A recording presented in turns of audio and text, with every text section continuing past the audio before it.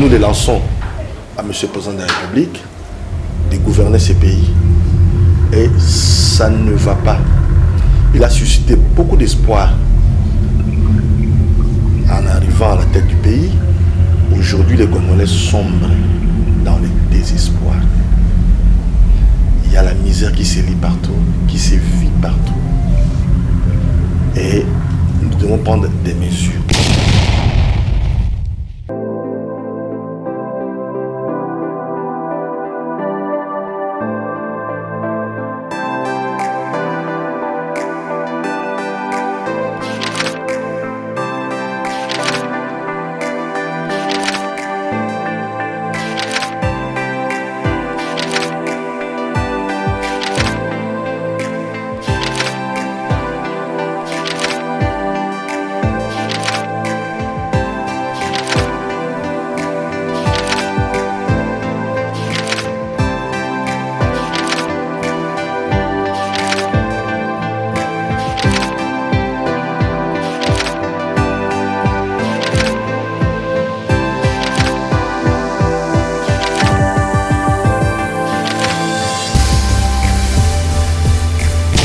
Vous êtes très nombreux à nous suivre maintenant sur votre espace Kinshasa Proximité Télévision, surtout à travers votre émission L'heure du Congo, démocratie oblige. Nous recevons ici des analystes avec lesquels nous débattons sur des sujets qui font la une, surtout sur la scène politique en République démocratique du Congo. Et aujourd'hui, nous avons choisi quelqu'un de taille, un grand, c'est un avocat, il s'appelle Maître Koko Ounda. Il est avocat près les cours et tribunaux de Kinshasa. Avec lui, nous allons décortiquer tous les sujets que vous connaissez très bien, qui dominent l'actualité dans notre pays. Bonjour, Maître Koko. Bonjour, cher ami. Oui, c'est la première fois de vous retrouver sur notre espace. Vous vous sentez à l'aise? Oui, je me sens à l'aise. Et moi aussi, c'est la première fois que j'ai interviewé dans une émission pour commenter l'actualité. Oh, justement. Ouais. Maître Koko... Mais là, j'aimerais préciser, il est vrai que je suis avocat, après le cours de Kinshasa, mais je vais intervenir non pas comme un expert, c'est vrai que je vais recourir à ma science, justement, mais je interviendrai comme un citoyen congolais, témoin visuel de tout ce qui se passe sur la scène politique, à Kinshasa et au Congo tout entier. Merci beaucoup. Maître Koko, il y a peu, le Congo a connu sa toute première alternance politique, démocratique. Nous avons tous loué cette valeur ajoutée. Le nouveau dirigeant qui vient nous amène un modèle d'État qui est un État de droit. Cependant, l'homme de la rue aurait peut-être du mal à mieux interpréter l'État de droit, à mieux le comprendre. En tant qu'avocat, en tant que faiseur de droit, comment est-ce que la communauté congolaise peut appréhender ces concepts d'État de droit? Bon, écoutez, la notion elle est complexe, mais néanmoins, je vais recourir à ce que M. Tshisekedi, d'heureuse mémoire,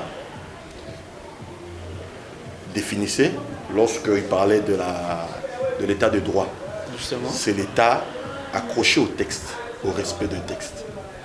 Ça c'est en résumé, c'est ce que nous pouvons retenir. Et c'est ce que la population peut retenir. Ça c'est un. Sommes-nous réellement dans un état de droit ou allons-nous vers un état de droit? Je pense qu'il y a un processus qui a été amorcé et nous observons et nous allons voir jusqu'où. Nous ne voulons pas être pressés dans nos conclusions. Nous observons. Il y a un processus qui a commencé. Nous allons voir d'ici une année, 2 ans et surtout avec tous ces procès qui ont commencé et aussi toutes ces affaires en instruction au niveau de cours et tribunaux, nous allons voir ce que cela va donner d'ici une année, 2 ans. C'est alors que nous dirons si oui ou non, nous sommes réellement dans un état de droit. Pour l'instant, j'estime que c'est encore assez précipité que de le dire. Mais cet état de droit a beaucoup de risques de se retrouver asphyxié au moment où, selon une certaine opinion d'ailleurs, la politique a une influence monumentale sur la justice dans notre pays. Vous partagez cet avis? Si oui, pensez-vous que dans cette situation, l'état de droit a toutes les chances de réussir? Écoutez, vous parlez de la justice, les rapports entre le pouvoir politique, disons le pouvoir politique et les pouvoirs judiciaires est bel et bien défini par la Constitution qui est la loi mère et puis les autres lois de la République. Le juge est indépendant, la Constitution le dit, est indépendant dans sa mission de dire le droit, et deuxièmement, les rapports entre l'exécutif, donc disons le gouvernement et le parquet est bel et bien défini par la loi, Le parquet est sous la direction du pouvoir exécutif. Mais ce que nous devons retenir, c'est quoi? C'est que, contrairement au régime, s'il faut l'appeler régime, qui vient de passer, nous assistons à un phénomène nouveau, moins d'interférence dans les affaires de la justice. C'est déjà un élément positif, un signal positif lancé par ceux qui sont arrivés. Ça, c'est déjà bien. Comme j'ai dit, nous observons, parce que, bon, les procès appelés, toutes ces affaires qualifiées de 100 jours, ces affaires judiciaires, quand nous prenons l'exemple du procès Caméré, nous entendons, nous écoutons tout ce qui se passe, on s'est dit, bon, pourquoi Caméré seul? Pourquoi n'y a-t-il pas d'autres implications? Est-ce qu'il y a eu la politique qui est intervenue? C'est autant de questions que nous nous posons. Deuxièmement, il y a encore d'autres affaires en suspens, en instruction, nous observons. Mais néanmoins, Félix Tshisekedi, le président actuel, a lancé des bons signaux. Et nous espérons, nous croyons que ces processus continueront. Lorsque nous avions évoqué l'influence de la politique sur la justice ou les lois du pays, nous voyons également cette affaire de Vital Kamerhe que vous avez d'ailleurs anticipée. Nous avons suivi un cadre de l'UDPS, parti cher au chef de l'État. Il s'appelle Donald Kabasele, qui déclarait haut et fort que puisque Vital Kamerhe est le tout premier directeur de cabinet qui soit poursuivi pour détournement des deniers publics, ce serait un cadeau que le chef d'État aurait voulu faire au peuple congolais. Et sur ce, nous pensons, l'opinion pense qu'il y a quand même la même mise, il y a quand même l'influence de la politique dans l'interprétation du droit. Vous êtes d'avis? Écoutez, le terme cadeau, j'estime que c'est fort. C'est la concrétisation d'une promesse politique faite par M. Antoine Félix Tshisekedi, alors candidat. Ça, c'est ce qu'il faut retenir. Et ce cadeau répond à l'attente de la population. C'est ce que nous devons retenir. Je ne pense pas que ce soit un cadeau, c'est plus une réponse à l'attente de la population. Ça, c'est vraiment un élément important. C'est il faut retenir. Par rapport au dossier Kamerhe, vous avez évoqué, il est vrai à ce niveau, sera, et on n'a jamais vu ça dans ces pays, mais il ne faut pas oublier, les affaires sont nombreuses, les affaires sont très nombreuses, tous les scandales liés au dossier 100 jours, nous espérons que ces affaires seront instruites et connaîtront un jugement. Ça, c'est un. Mais rappelez-vous, il y a eu aussi d'autres scandales. Et nous attendons aussi que la justice puisse nous éclairer, que les responsables de ce scandale, détournement des deniers publics, soient poursuivis, condamnés et aussi l'État puisse récupérer ce que les auteurs ont détourné. Je m'en vais pour exemple, les dossiers Gécamine. Les dossiers, ça c'est un, Bukangalonzo, le parc agro-industriel que le gouvernement avait initié. Tout à fait. Et elles sont nombreuses, nous attendons. Bon, puisque il y a nombreux cas, chacun doit être regardé d'un œil attentif, mais vous ne pensez pas que quelque part la procédure aussi n'a pas respecté les intérêts du peuple? C'est aussi la première fois de retrouver un programme censé être hébergé ou géré au niveau du gouvernement, qui est l'organe technique d'exécution des projets de l'État, être plutôt géré au niveau du cabinet du président de la République, vous ne voyez pas que l'erreur a commencé à ces niveaux? Écoutez, ça c'est... Vous me demandez à faire une appréciation politique. Oui, parce que nous sommes là pour des analyses. Oui, des analyses, oui. Les choses étaient arrivées. Je pense qu'il fallait manquer les esprits. Et c'est pourquoi c'est dans ces contextes, c'est dans ces cadres que ce programme 100 jours est arrivé. Ils l'ont justifié, les gouvernements qui étaient là étaient démissionnaires et tout s'est fait au niveau de la présidence. Bon, nous comprenons, mais nous pensons que ce n'était pas l'occasion de détourner l'argent de l'État. Quelle que soit la voie prise, mais ce n'était pas l'occasion. Et malheureusement, c'est ce qui s'est fait. Selon que vous avez suivi les déroulements du procès Caméré, vous pensez qu'il s'agit bel et bien d'un détournement ou le verdict qu'on attend le 20 de ces mois pourrait nous présenter autre chose, une surprise donc? Bon, s'il faut faire une appréciation par rapport à ces procès, c'est vraiment délicat. On a assisté à deux conceptions de l'infraction de détournement de deniers publics. Justement. La première conception, c'est la conception de Caméré. Il n'a cessé de le dire, qu'on me démontre que j'ai pris. Ça, il l'a clamé tout au long de ces procès. La deuxième conception, c'est celle développée par le ministère public, partant du principe que le détournement consiste notamment à la disposition irrégulière des fonds publics. Déjà,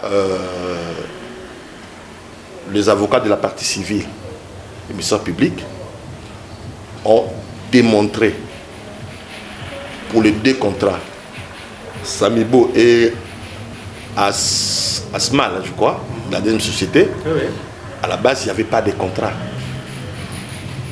À la base, il n'y avait pas de contrat. C'est ça la première irrégularité. C'est ça, disons pas la première, c'est ça l'irrégularité, la base. Donc, nous sommes dans un cas où pas de contrat, pas de marché et l'argent est sorti. Et cet argent, on ne sait pas le situer. Vous êtes avocat de Caméré et vous plaidez coupable ou innocent? C'est délicat. C'est délicat. C'est une affaire pénale. Si je l'étais, j'allais axer ma plaidoirie sur l'élément moral qui consiste à faire le bien. Il est vrai qu'au départ, il y a eu des irrégularités. Irrégularités, c'est comme des contrats qui se posent. L'argent est sorti avant même que l'avenant soit approuvé. Et dans un autre cas, bon, à peine que le projet a été approuvé, les contrats autorisés plutôt, les contrats non approuvés, l'argent est sorti. Mais si vous regardez bien le programme 100 jours, le but de ce programme, c'était alléger la souffrance de la population. Donc là, on est à la recherche du bien. Justement. Comprenez, la recherche du bien. Et tout ce que Caméré a fait, les interventions, le coup d'appel, le pression, c'était pour arriver à la réalisation de ces programmes. Tout ça est justifié, je pense. Okay. Je pense, parce que moi je suis quelqu'un qui suit beaucoup Jacques Vergès, qui a sa manière de plaider. Et cette manière de plaider a toujours marqué mon esprit. Moi je pense que si j'étais son avocat, j'allais axer ma plaidoirie sur l'intention, l'élément moral, l'élément intentionnel. Donc au-delà des irrégularités, toutes ces pressions, toutes ces pressions, coup d'appel, je pouvais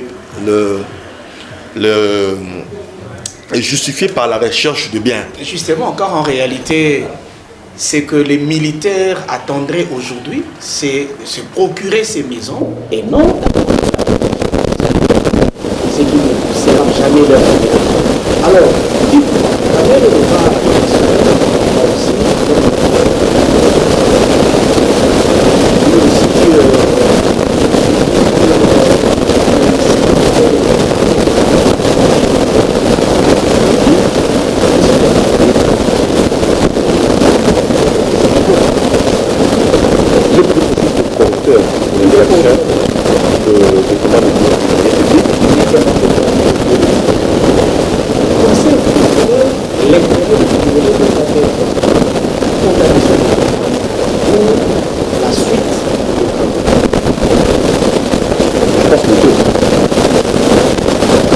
a aussi une qualité pédagogique.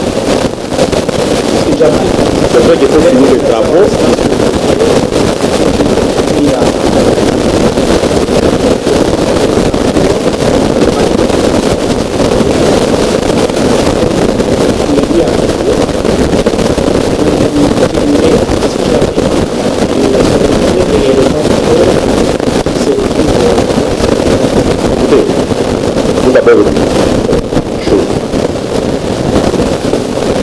La résidence surveillée est réservée aux ministres députés lors de l'instruction préjudicielle.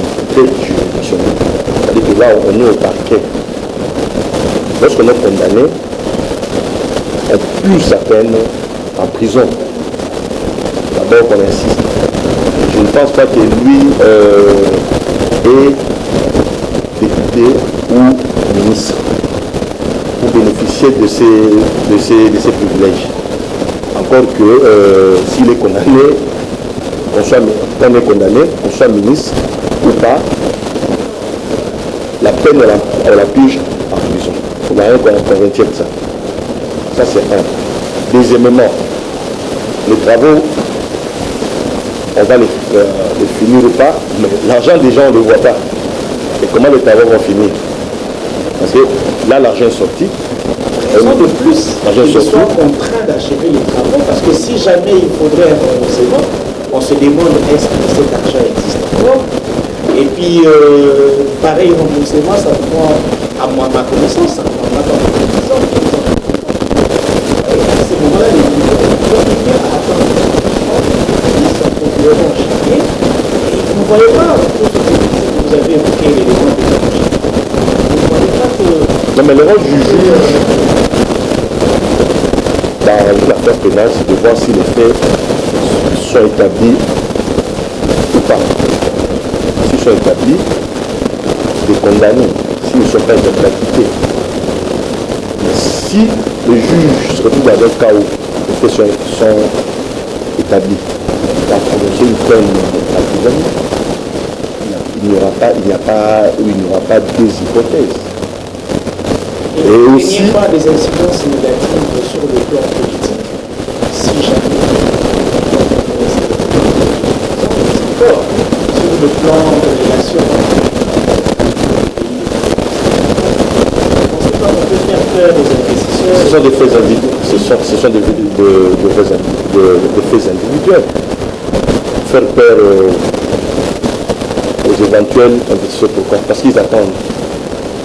Parmi les conditions que les investisseurs demandent, une bonne administration de la justice. Voilà un exemple qui s'offre à la République de prouver que sa justice fonctionne. Très chers internautes, très chers téléspectateurs, nous recevons Maître Koko Ounda. Nous disions qu'il est avocat près les cours et tribunaux de Kinshasa. Avec lui, nous abordons quelques faits et événements qui ont pris corps dans notre pays sur le plan politique, etc. Et nous poursuivons l'émission. Abonnez-vous très massivement pour ne pas manquer à ces programmes. Maître Koko, il y a d'autres arrestations qu'on enregistre dans notre pays et on veut assimiler toutes ces arrestations à ce qu'on appelle l'état de droit. Il n'y a pas très longtemps, l'un des acteurs politiques près le FCC, du nom d'Henri Magie, avait aussi été arrêté pour outrage au chef de l'État. critiquons la procédure d'arrestation, critiquons aussi l'existence de l'outrage au chef de l'État dans la loi congolaise, alors que nous prônons, clamons la démocratie. Qu'est-ce que vous avez comme avis par rapport à l'arrestation d'Harry Mangi? Bon, le dossier il est très compliqué. C'est par la voie de la presse que nous avons appris son arrestation.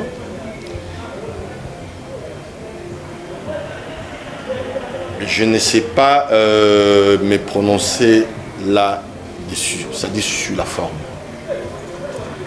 Mangi a été arrêté un dimanche sortant de... Je ne sais pas trop m'exprimer là-dessus. Un supermarché sur 24 novembre, avec la libération. Oui.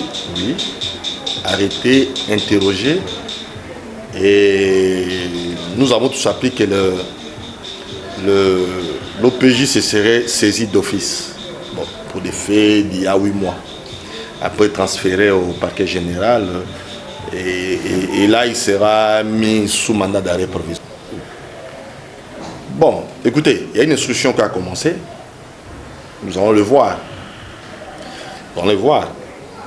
Mais néanmoins, Marie s'est toujours justifié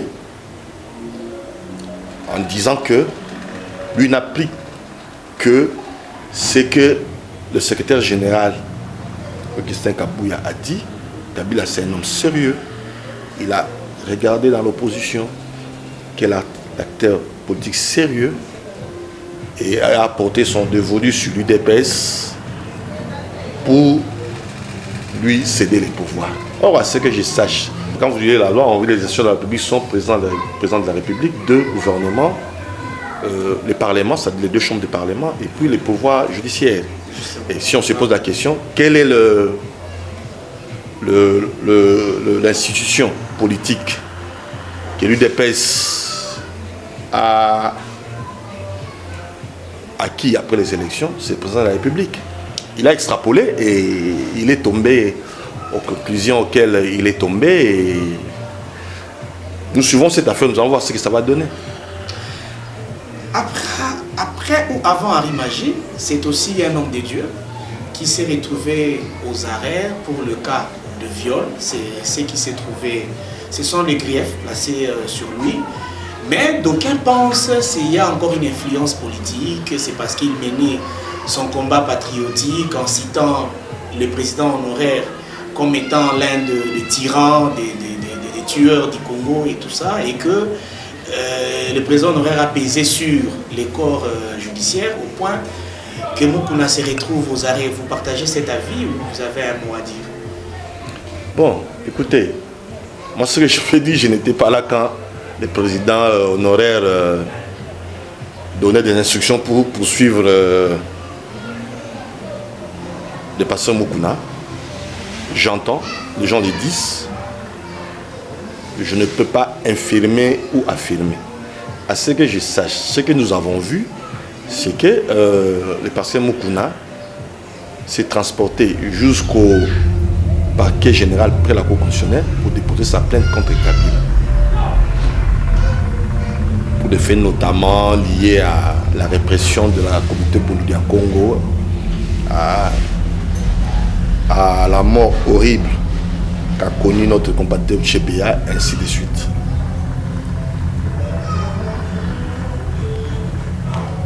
Quant aux faits pour lesquels Mukuna est poursuivi, à ce que je sache, à l'origine, il y a une plainte d'une demoiselle qui s'est plaignant, Mami Chibola, des faits de viol, de menaces et de menaces et de rétention illicite.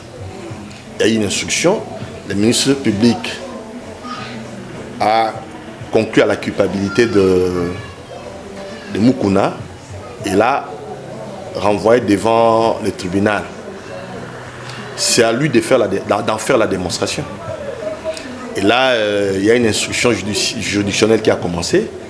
Et malheureusement, pour les faits liés au viol, dans la plupart des cas, le huis clos est décrété.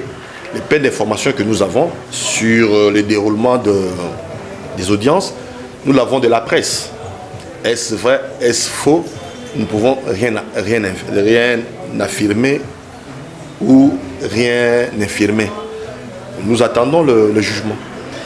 Maître, plusieurs ambiguïtés dans la démarche du DG de la Robank, l'ancien donc, toujours dans le cadre de la collaboration avec les institutions du pays pour l'exécution des travaux et tout ça. Un jour interpellé, un jour mis aux arrêts, on a le tribunal a exigé au DG de rembourser, donc le remboursement de plus de 35 millions de dollars dans le trésor public, chose qui a été faite parce que la Banque centrale l'a si bien témoigné. Tandis que le DG de la Robank était sous, comment on appelle ça, il était sous liberté provisoire, soudain, on le retrouve déjà en Occident, vivant en homme libre, on se demande s'il reviendra encore au pays où il est, sous observation judiciaire d'ailleurs. Vous ne pensez pas que quelque part, vous, qui avez la mission de dire le droit au bénéfice du Congo et des Congolais, commencez à appliquer la politique des 2 poids 2 mesures? Bon, écoutez, le dossier était d'abord au niveau du parquet général et la cour d'appel de Matete. Le principe qui régit l'instruction au niveau du parquet, c'est l'instruction secrète. Au départ, par la presse, nous apprenions que Kamer avait détourné 280 millions de dollars, 300 millions, 400, 700 millions. Mais finalement, ensuite 57 millions. Finalement, lors d'une instruction, parce que l'audience elle est publique, lors de l'instruction juridictionnelle, nous en prenons finalement ces 50 millions. Quant aux 35 millions, prix est rendu, nous n'en connaissons pas les contextes. Est-ce Ria Kamer ou pas? Mais néanmoins, nous notons au travers de cette affaire les irrégularités, beaucoup d'irrégularités dans le fonctionnement de la banque Robank. Parce que quand on apprend que le fils de M. Jamal, les deux se sont présentés à plusieurs reprises pour retirer 37 millions de dollars, dans quel pays sommes-nous? Dans quel pays sommes-nous? 37 millions de dollars. Et pourquoi n'y a-t-il pas des affaires ouvertes contre cette banque? Nous ne savons pas. Nous ne sommes qu'à l'interrogatoire. Nous nous interrogeons. Du moins, il y a eu remboursement de cette somme, quelles que soient toutes les cacophonies qu'on peut avoir autour de la question. L'argent dont on a connu la destination, un jour, cet argent s'est retrouvé dans la caisse de l'État. Je ne sais pas si on peut l'appeler réparation. Est-ce qu'on ne peut pas se servir de cet exemple pour accorder aussi la possibilité de réparer à Vital Kamer et à Jamal? Je veux me répéter parce que là, il y a un petit souci. Justement. Je ne sais pas lier ces 35 000 dollars à quelle affaire. Ça m'a difficulté. Nous avons seulement tous appris que les responsables de la Robank auraient remboursé 35 millions. Mais aucune information n'a véhiculé quant à ce. Nous ne savons pas. Ça, c'est un deuxième élément. Le fonctionnement de la justice est géré par, et disons pas géré, est réglé par la loi. Kamer et Jamal et consorts ont été renvoyés devant un juge pour que celui-là puisse, dans l'hypothèse où ils sont coupables, de leur infliger une peine. Et accessoirement ordonner le remboursement de tout ce qui a été détourné. Ça, c'est le juge. Le juge, il va voir si les faits sont établis ou pas. Dans l'hypothèse où les faits sont établis, il va condamner. Et les conséquences sur le plan civil, c'est quoi? Ordonner la restitution des sommes détournées. Son travail se limite là. Ça, c'est l'état de notre droit. Ça, c'est l'état de notre droit. Merci, Maître Kokounda. Nous allons tout droit vers la fin de notre émission, mais il y a quand même quelques points très importants que la population voudrait suivre de notre part. Parlons de l'affaire de l'honorable Jean-Marc Kabound Akabound, président ad intérim de l'UDPS, député national et ancien, je ne sais pas si l'actuel, parce qu'on apprend tout, premier vice-président de l'Assemblée nationale. On sait qu'il a été destitué après une motion ou une pétition initiée par l'honorable Jean-Jacques Mamba. Il quitte le bureau de l'Assemblée nationale, il dit c'est la tête haute. Mais aujourd'hui, je ne sais pas s'il a perdu la tête, le même personnage va encore recourir aux cours et tribunaux pour recouvrer son poste au sein du bureau de l'Assemblée nationale. Quel est votre jugement, quelle est votre analyse, quelle est votre compréhension de cette façon de procéder de la part de Jean-Marc Kabound? Cette façon de procéder, bon, écoutez, moi je ne sais pas, il s'est rebiffé,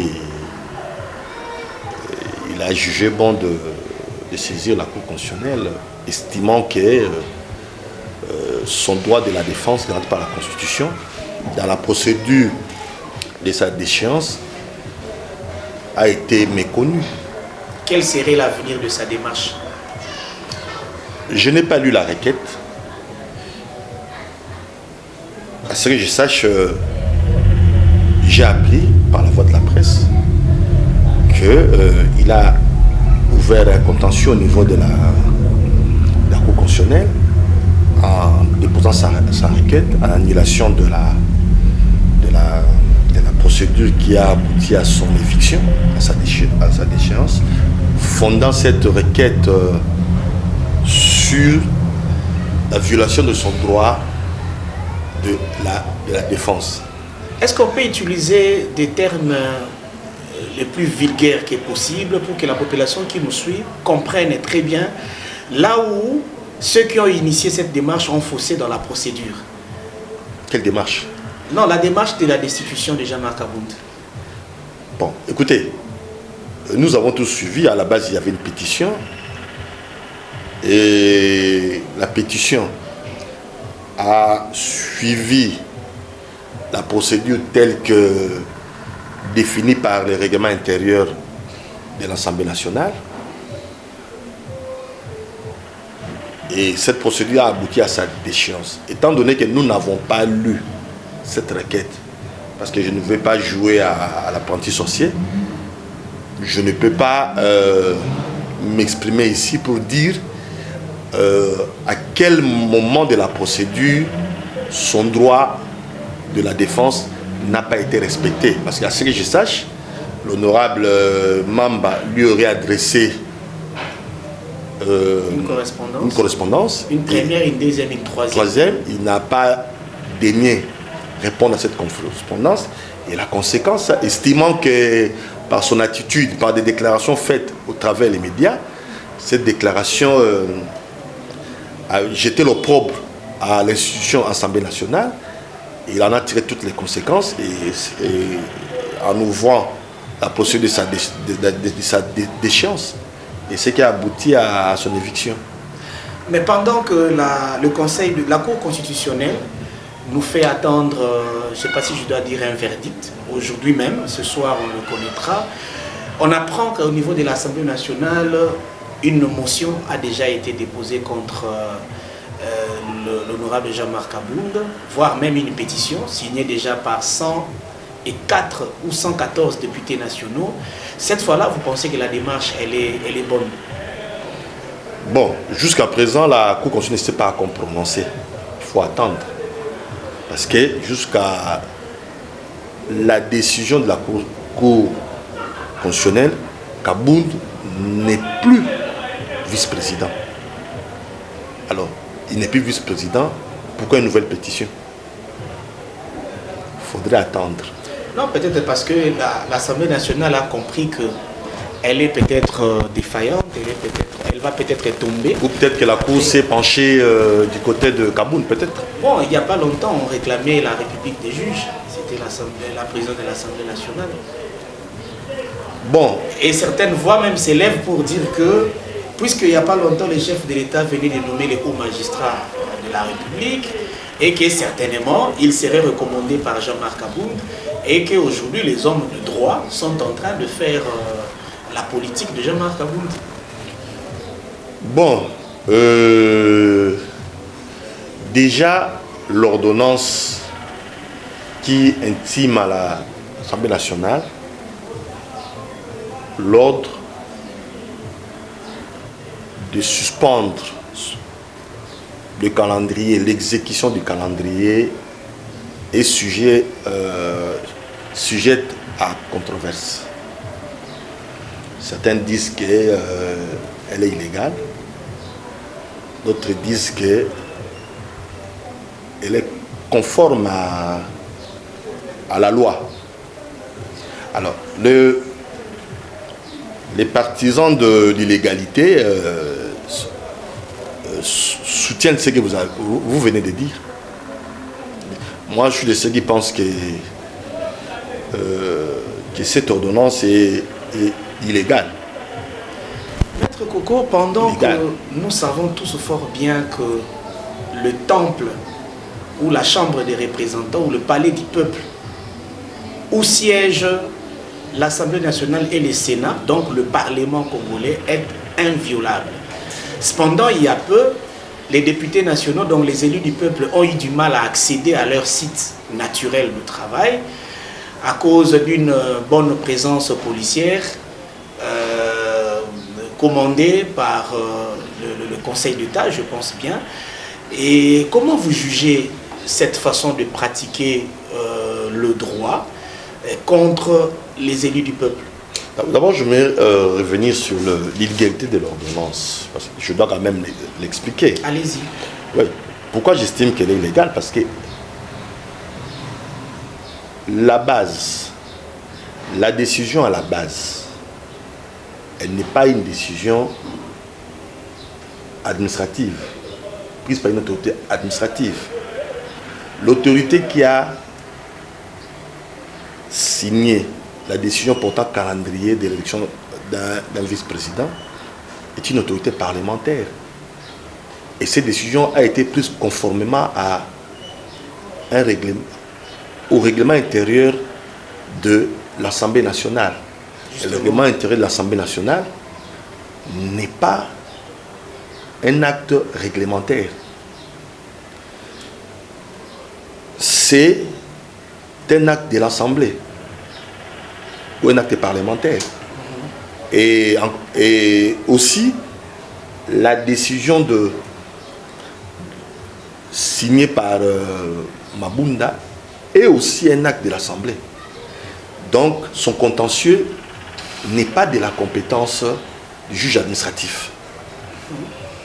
C'est pourquoi je comprends pourquoi l'honorable Thomas Lokondo, devant cette situation, a proposé au président de la République une réunion interinstitutionnelle pour régler cette situation. Ça, c'est un. Le deuxième problème que vous posez, c'est celui de l'exécution de cette ordonnance. J'estime que cette ordonnance à l'État est inexécutable. Pourquoi je veux m'expliquer?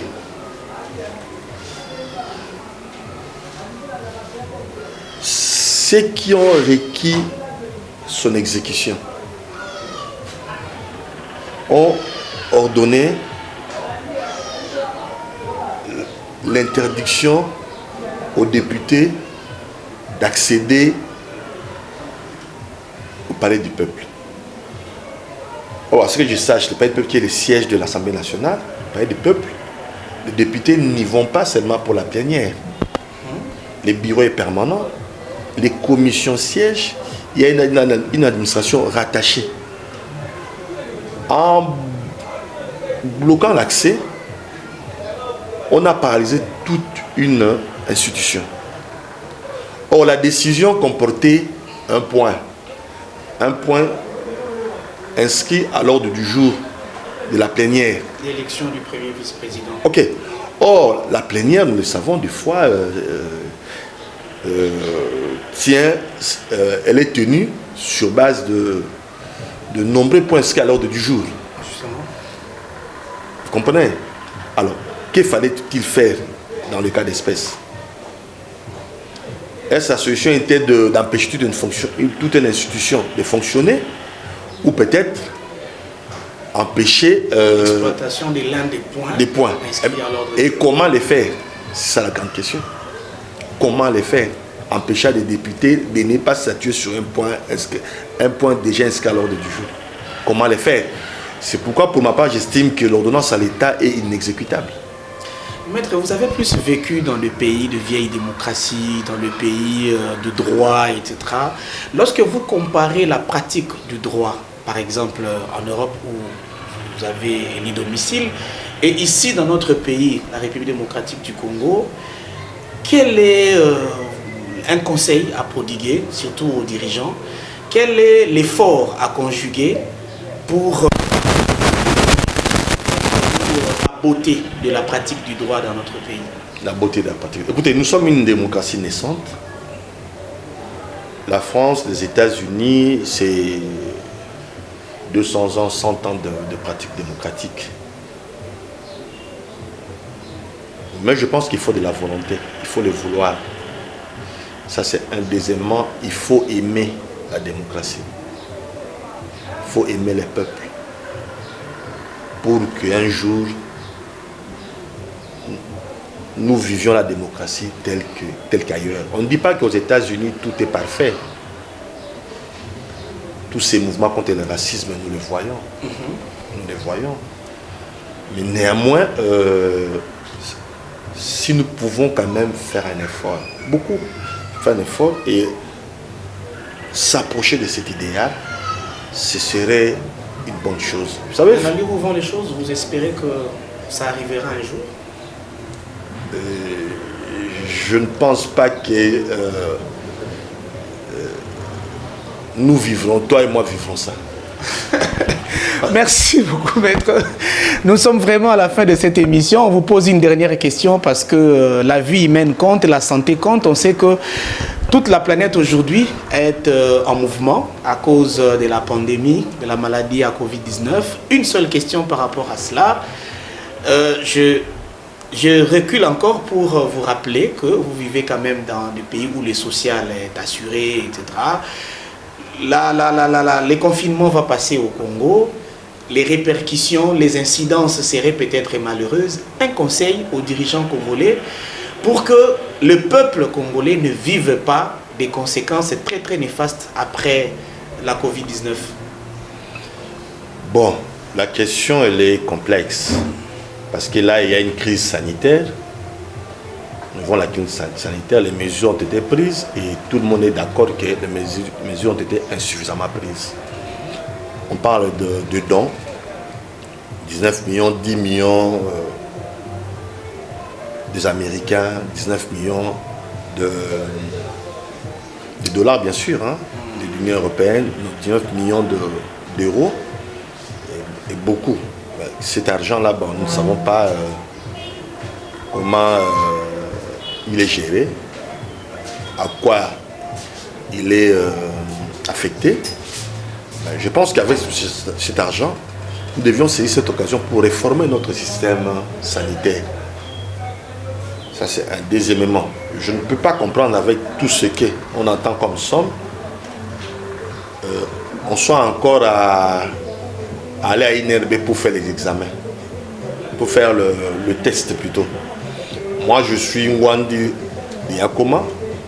Si un de mes frères là-bas tombé malade, les échantillons doivent être envoyés à Kinshasa. À Kinshasa. Et ce n'est pas normal. Rappelez Bamba Kita musique de Nasuka. Ce n'est pas normal. Ce n'est pas normal. Nous devions réformer notre système sanitaire, faire en sorte que le texte soit fait même par des petits centres et aussi la prise en charge. Mais malheureusement, ce n'est pas ce qui est fait. Ça, c'est un. Cette crise sanitaire a des conséquences sur le plan économique et social. Nous ne nous rendons pas compte. Alors qu'ailleurs, ils se disent non, non, non, non. Si nous continuons comme ça, ça risque d'être déjà gérer ça va être catastrophique. Déjà gérer la crise sanitaire n'a pas été facile. Et la gestion de la crise économique et sociale risque d'être plus pire. Et là, c'est vers une situation calamiteuse, désastreuse que nous nous dirigeons. J'espère que le gouvernement prendra conscience de cette situation, des mesures s'en suivront. Si nous continuons ici, ça risque d'être terrible. Merci beaucoup, maître. Vous avez été pertinent. Vous êtes avocat au-delà de tout. Un mot de la fin devant la caméra. On vous accorde 30 secondes pour dire un mot de la fin, comme ça nous allons clôturer. Vous savez, je suis avocat. Et si un mot, le mot c'est, nous les lançons à M. le Président de la République de gouverner ces pays. Et ça ne va pas. Il a suscité beaucoup d'espoir en arrivant à la tête du pays. Aujourd'hui, les Congolais sombrent dans le désespoir. Il y a la misère qui se lit partout, qui se vit partout. Et nous devons prendre des mesures. Entre-temps aussi, il faudrait réformer l'État, réformer les entreprises publiques. Rien n'est fait. La réforme des entreprises ne passe pas nécessairement par des nominations. Il faut prendre des mesures, mettre de l'argent dans ces entreprises. C'est alors que nous pourrons nécessairement développer ces pays et permettre aux Congolais de bien vivre.